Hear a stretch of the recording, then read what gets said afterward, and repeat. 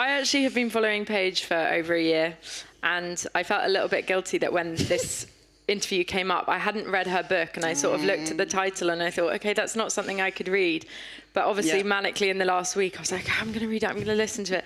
And it was so weird how much I could relate to, and how much the broader themes are something I think a lot of people can understand. And so, yeah, it's a pleasure to take this interview and dive more into how this came about and how what you do lives with such a wide audience. Thank you. So in the start to your book, you speak about a 15-year toxic relationship with your hair. Indeed. And I think just to set the scene of this conversation, it would be great to hear why not loving your afro was such a toll on your mental health and also on your bank account.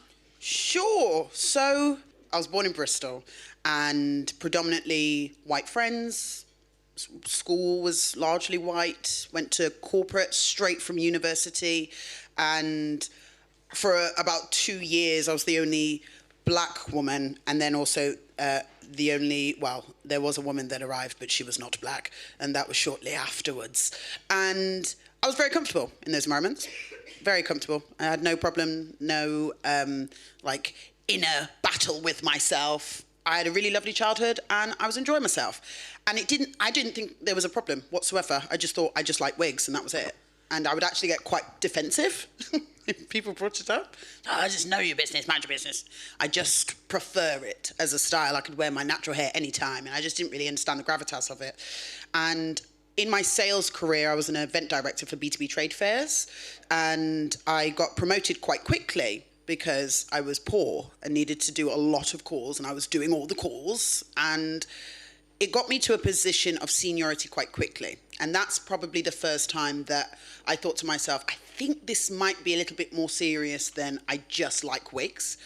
Because my middle-aged white male boss, Nick, he and I were planning a trip. I was going to go to Germany, really big trade fair, and I had a meeting with a very high-level marketing director for a medical company. And up until that point, I'd been liaising with this marketing director, brokering like a very, very big deal, and I had a wig on whilst brokering it. And I thought, oh, let me go and get some braids for the trip. Mistake. Because I went in about a week before we were supposed to fly out, and he was sort of trying to skirt around like how to approach the topic. And me being quite naive, I couldn't work out what the awkwardness was until he sort of said, you know, I want you to do the best you can do, and I know you're really excited about closing this deal. Do we think that the braids are the best option for that? And it just made me want the floor to just eat me out, because I didn't know what to do. And all of a sudden I feel like, oh, I wish I didn't get the braids now. And now I'm thinking, is there time before I fly out to Germany to go and change it back, and the money I've spent? And that was the first time I thought to myself, oh, I think this is a little bit more serious than just what I think of my hair. There's a dialogue around it from the perspective of my job and the people that I am working for now are having a dialogue about it. And it was a lot of external influences like that over the course of the 15 years, where when I would inch my way out of thinking it was a big deal, they would sort of put me back in the box. Same with relationships. My long-term partners were all white men, and one of them quite honestly said, oh, I don't think you'd look as pretty with your natural hair. And he was like, I'm not being weird or anything, but I just don't think it would suit you at all. And again, at this point, I'm thinking, I wasn't even considering wearing it, thank you very much, Aaron, but now I most definitely won't be, thank you very much.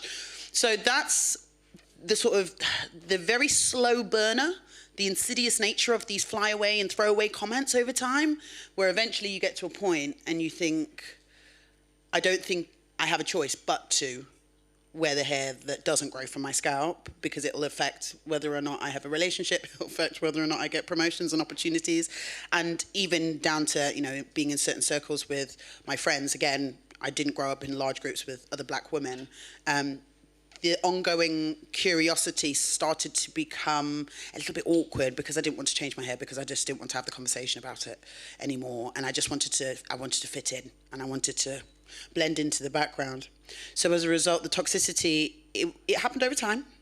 But when it came to writing How to Love Your Afro, I realized that that's why the book needed to be written, and not just read by Black people, but read by everybody, just so that when you come into contact with somebody and you maybe experience some kind of uncomfortable comment, or we've all been there where it's maybe later on we think, was that appropriate? I don't know if that was appropriate. So that we can educate ourselves to know what is and what isn't, and have a deeper understanding of how deep it really is. I know a lot of people say, oh, it's just hair. It's not. And even the people that are in it oftentimes don't realize it's not, because I didn't. I didn't realize for a really, really long time. So what happens is you get to a point where it's a breaking point. And for me, it was calling in sick to work when I'm a director, I have a team, I have targets to hit, and I've called in sick because I couldn't lay my wig correctly because I had a rash and I couldn't put the wig on. And I thought, this is a load of bollocks. There's no way, I'm not going into work right now because I can't lay my wig. I don't even call in sick when I was sick. And that's where I thought, no, this has gone a little bit too far. Hence why the book was written, because it got to a stage where when I was having this conversation with other people, they would have similar experiences, but there was no guide. Because learn to love yourself. Okay, well, how? I also think those sort of chipping comments which build up over the years, that is stigma, and that only creates shame. Yeah. And I think your book, whether you intended it or not, is one about identity, confidence, and self-acceptance, and that's a much broader topic, like I said, which I could relate to. Was that your intention when you wrote the book? When I was writing the book, I was thinking about things that I'd struggled with outside of just hair, just insecurities, feeling pretty, wearing makeup, my body, all the things, and realized actually that there was a crossover with every chapter. There was a crossover. So the first chapter of How to Love Your Afro is about language, and there's always a lot of negative language, oftentimes within the Black community, about our hair, and it always is under the guise of being funny, because we're quite a funny collective of people. That's fine, but it's like, you don't feel like it's a negative comment because everybody's laughing and kicking and everything's fine. But then again, laughing about the fact that Afro hair is bad hair, it's like normal rhetoric for Black people. And then when you start to unpack it, you realize language actually has been used in such a negative way outside of just hair. And even the terms that I use and the way that Black hair needs to be policed, to be straightened and relaxed and neat and flexible. I often, when I was reading and when I was writing it, I often thought to myself, that was me in sales, outside of the hair. That was me in sales. Have to be stretched far beyond my limit. I have to be very reserved. I have to pull myself in and make sure I'm not cackling too loud. I'm not being too overtly Black in certain spaces, because as I say, I was the only Black woman and I was the only Black person as a sales director. So I wanted to make sure that I didn't make anyone uncomfortable and I got the same opportunities and I could get in with the lad banter. So it did correlate naturally to me when I was writing it. And I thought, even when I was recording it, the young man that was recording it was a white man, and he stopped and he said, I feel like I'm taking notes for myself, because even learning how to leave the house and not worry about what other people are thinking about your appearance is just a human thing. It's just a human thing. It just is that my experience that has led me to write this. The catalyst was hair, but to me, the themes in that book, from language to, there was a particular chapter about there was a study called the spotlight effect. And again, there's a lot of people that are not Black and do not have curly hair that have bought the book and said that that really helped them. And it basically talks about the fact that there was a study where students had a T-shirt with something that was misspelt. And they went out and then they came back and said, okay, I think everybody noticed, or this amount of people noticed. Nobody noticed. Nobody cares. And that's part of the book, as a section that says, nobody cares as much as you do. And that has helped people that do not have not one kink in their scalp to be able to leave the house, whether it's their weight, whether it's leaving the house without makeup, whether it's dressing for the male gaze, whatever it is, to be able to realize that the group that's laughing over there is probably laughing at a dog on TikTok. They're not laughing at you. They don't care about you. And it's quite freeing, I think, for everybody. Obviously, if you can get past the chapters that do talk about Afro hair and colonialism, then I'm sure you can get something out of it. So Paige, we're meeting you at a point where you're primarily an author. Yes. Before this, you were already podcasting, you were educating, and I was just wondering, when did you take that switch from your sales job? And was it because you knew this was your purpose? And then the second sort of part to this is, when did you realize all of your work was a body of work to make into a book? The first question is, sales was draining me and bleeding my spirit out of my body. That's why. And I'd been doing it for 7 years at a very high level. And every single time I went into a new role, I was excited, because that's what happens. They pitch you at the interview stage, don't they? And we're very relaxed here, you know. We're not like the other sales houses. Yes, you are. And then you get there in the exact same very toxic mentality of working outside of work hours and, you know, preparing work on the weekends. And it's slow. It's slow. And then all of a sudden, you know, so-and-so is emailing you on a Saturday when you're out and about, and you're thinking to yourself, well, I need to reply, because if I don't, then I'm going to fall behind. So that, for 7 years, I started when I was 23, and I was non-stop. It just felt like a well-being issue. And it just so happened that at the same time I was doing all of this advocacy work, but I honestly think I would have packed it in regardless and gone and work at like Sainsbury's at this point. I just wanted to be free of it, because it was relentless. And I thought that was going to be my role. I would end up as some chief revenue officer or some CEO, at like youngest CEO in some company. That was my goal. That was my aspiration for success for a very long time, until I thought to myself, I would be good at it, but I think I would hate my life.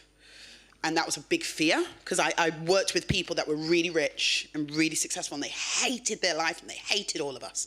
They came into work and they just didn't want to be there, but they had a really lovely car and a great life. And I thought to myself, I think this is a turning point where I decide which I want. And thank God I had the podcast, and I had the content, and I was starting to do public speaking, but I still didn't have a load of money, not as much as I would have done if I'd stayed. I had like 3 months worth of expenses. That's how desperate I was. Even my mum was like, oh, don't know if this is the best financial decision you should be making. But I was so over it that I thought I will have to find a way. And I packed it in. If I'm honest, I think it was this time last year, maybe to the day, that I said, piss off. And it was very much, it was somewhat knee-jerk, but it also gave me no option other than to make the latter work. I know a lot of people in entrepreneurship say that having a plan B often hinders your growth, because if you know that you have a salary, if there's some other way to make money, you won't go for broke. And sometimes you need to go for broke, because you know that if I don't make this business work that I've set up, I will be evicted with my MacBook. And that was a fear that I had many times. So to answer your question, it was not planned. I had just had enough of the nonsense in corporate and said, I'm just going to do it and see what happens. And then the main reason that the book came about, honestly, is because I did so many bloody videos, and I thought, if somebody finds me now, how are they going to find the video that might really impact their journey that I made November 2023 at 5 p.m? Like, they're not going to go through thousands of videos, are they? And I thought, I need a repository. I need some way to compile it together and put it in something. And I thought maybe I could try and put it into a book. But again, every Tom, Dick, and Harry said nobody will publish this book. Everybody said nobody will publish this book. Every agent, every publisher, books on head just don't really do well. And there's no money for it, and there's no market for it. And people aren't buying books in the same way anymore. So that's another element. We don't really have the budget. And it was one literary agent that had worked at Penguin for about 10 years as an editorial director. And it was a little white lady called Kate. And Kate doesn't have an afro. But Kate said, that she's like a magpie, and she loves people that love what they're talking about, even if she hasn't got a direct connection to it. And then Bloomsbury was the only publishing house that saw the vision and said yes. It took just 2 yeses to make it happen. And I'm glad, because when I was writing it and was wildly over word count, I realized I don't know how I would have been able to help people if I couldn't put it all into one place, because the videos were getting out of hand. And yeah, I think we both want to do some form of shout out to Miro. Yes. Who's our editor of both our books, who truly believes in, like you just said, when people are passionate about what they do. And I think she's changed the course of that book to reach a wide audience, which it needed to do. 100%. A lot of people follow you because you are a businesswoman and because you're an entrepreneur, sharing your story and making it into a brand. And I guess I'm just curious, what was the smartest business decision you have done when turning your lived experience into a scalable brand? I have a brand that sells these things called heat hats. And basically, you put it on your head when you have conditioner on your hair, and it opens up the outer protective layer of your hair strand, and it lets more of the conditioner to get inside. The reason I know that is because I ruined my hair so painfully. I went to the trichologist and they told me I had to shave my hair off because the mango orange from Swatchcraft that I got from Superdrug, I shouldn't have bought it. It was a huge mistake. And so I ended up bald, and that's what the trichologist said. And they said this is something they do for all hair types. It's just if your hair is dry, basically, and you need to be applying heat. And they said do it with a towel, and as we all know, heat in a warm towel, that goes quite quickly, and then you're sat wet with a cold towel on your head. So that wasn't ideal.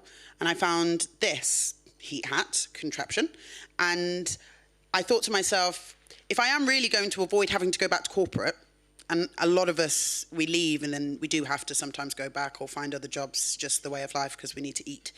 But if I'm going to have to commercialize something, but I don't want to commercialize something for the sake of making money, because then, especially the black community, they'll know immediately, and they won't buy it. So I said, it's too risky. So thankfully, I was able to make money out of a very honest, authentic backstory and a product that really works. A lot of people used it in the 70s and 80s. I just don't think they knew how to market it. Nodding. Yeah. But I just don't think there was a real story or a brand leader behind it that knew what they were doing. So off the back of that, it's created a commercial ecosystem as well as just advocacy. I have rent and it's high. So that's one of the main reasons and the main methods that I've been able to create to make it sustainable financially for me, whilst also still leaning very deeply into my mission of making sure that people can feel good about themselves. Brilliant decision. That was such a good example. Thank you. So, yeah, I've touched on this a few times now, but following your content for the last year, I think one thing which also friends have sent me, and I've sent to my boss, who's such a fan of yours as well, is that you have this sort of just reach for the stars and what bad can actually happen if you've given it a go attitude. It's me being unhinged. Yeah. Rosie. Well, no, I think it's brilliant. I mean, the one which came to mind was that, you know, with your book or a idea you have, you'd like to make it into a TV series. Yeah, like I want to make it into an animation. I love me some anime, so I want to turn How to Love Your Afro into an animated series, ideally. Which I love. But also what I love more is that you have gone out, you've found the email addresses for people at production companies, which I've done, which I was always told was bipolar. But when I read your story, I was like, brilliant. I'm not mad. This can work. No. I just think that approach is really refreshing, because you have to realise that any fail is not really a fail. If you learn from it, you're on someone's radar. But I'd love to hear from your perspective a time which you've done that and it's paid off. Yeah, so my podcast Texture Talks, I did 2 seasons, basically from my living room for the first season, and then the second season was in a studio. And it was getting very pricey. And I thought, I really want to sponsor, but I know that a lot of people, especially brands nowadays, they're not giving anybody anything. Like, they're shutting the bars on that budget.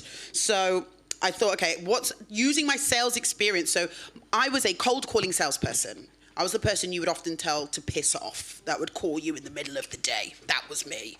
And luckily for me, I would always do my due diligence. I run an exhibition for disability, so that's where I had the tenacity, because I thought it's important work, so I'm going to call you again. And I would contact between 50 to 100 people a day. I would canvass hundreds of companies in the evening, on the weekends, and then I would do due diligence on each individual person, look at their socials, look at their LinkedIn, and basically understand if and why they would be relevant for whatever I was selling. So even though it was cold calling, there would always be intent behind it. I'd never call somebody if I didn't think that they actually really would benefit. And because of that very high-paced Wolf of Wall Street sales environment that I was raised in, forged in the fire, it meant that when I moved into content, I didn't know how else to sell. That's all I knew how to do. So then I have this third season of a podcast I want to do. It's going to cost me 5 figures. I don't have that. So I think, okay, well, let me apply what I did in corporate sales and see if it works. So then I started looking for hair care brands, but I worked out that the only way somebody's really going to give me that kind of money is if they're launching something into a space they're not used to being in. So a hair care brand that doesn't have Afro or coily products, that's about to, because they need guidance. So then I started setting up my Google alerts, setting up ChatGPT to scour the internet to basically find anybody based on certain tagged words. Afro hair, curly hair, textured hair, black women. It pulled in daily inbox updates, and this is what I did in my day-to-day. And then one of them pulled in a LinkedIn post from somebody from Garnier, and they talked about pretty much every single tag that I put in Google Alerts. And they were boasting about all of the focus groups they did with black women, and they were partnering with curly hair this and Afro hair this. And I knew Garnier had no curly hair products. I said, why are you doing that? What are you doing? And then I used Apollo.io. That's what I used in my sales career to get people's email addresses. I got each and every one of the email addresses of every person that was tagged in that LinkedIn post, and I began my typical sales process. Started doing my cold outreach. Every single time I'd send an email, it'd be something new and novel. I'd tell them about a piece of content that went viral. I would tell them about the research that I did, press release I found about them, and why I think it could be a potentially good opportunity for us to work together. All of the steps, there's like 12 touch points that I was taught, on average, it will take for an outbound salesperson, especially cold, to be able to get a response, even one response. And it worked. After about 7 emails, split with maybe 3 days between, and then obviously touch points on other platforms like LinkedIn, etc. The brand manager came back and said, sorry, we've been very busy. We're launching a product in the Afro hair space. You're right. And we're going to be launching it in Q1. This was in the November prior. We'd love to have a conversation about texture talks, even though they'd never heard of me before. And then within a month, they had signed 5 figures to be the sponsor. And they were the sponsor. And to me, as much as every single day in that sales job felt like hell on earth, and it really, really did, they pushed me to my absolute limit. Robin. I'm able to take it, and I'm able to apply it. And now it means that instead of being a content creator or a podcaster, you know, sending out emails to brands without any understanding of how the corporate world works and the language that they use, I can now take that as my secret weapon. I was just going to say that everything you do is around the subjects of acceptance, diversity, self-pride, and not letting anything hold you back. Agreed. I guess you sort of really try and make it clear that you think by accepting our differences will make us stronger, not weaker. Yeah. And in the future, this might be the way we'll actually finally move forward. Yeah. I would just like to hear your closing thoughts around that, yeah. Especially with the current political climate. Lord have mercy, yeah. So, we've got 1 minute, Mark. I recently did a presentation at Oxford University. The students on a master's on women's gender and sexuality studies wanted to come and talk about hair, but the way that hair is used as a political site for control as well. And they wanted to bring in the Afro hair and the black female perspective. And I explained to them that the reason that I think that hair, as much as people say, oh, it's just hair, is so empowering, and it's important for people to learn the lessons of what happens when a black woman claims her beauty back. It can be applied to absolutely everybody, but especially women as a whole, whether you have Afro hair or not. Because what happened with me is I stopped wearing wigs, and then because that was like my core insecurity, every other insecurity was almost like scaffolding around that, right? So I have to wear my wigs, and I have to make sure my makeup fits my wigs, and I have to make sure my hair fits my wigs. It was nonsense.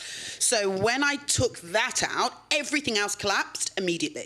So then I didn't wear makeup as much, and the makeup I wore was light. I started wearing hoodies all the time because I want to wear hoodies and they're comfortable and it's cold. I live in London. And eventually I started being able to unpack well, actually, I don't want to do any of these things. And I don't know who I was doing any of those things for, actually. And when we as a people can take that core insecurity and unplug it and get rid of it, what you find is this domino effect of everything else that bothered you just doesn't bother you in the same way.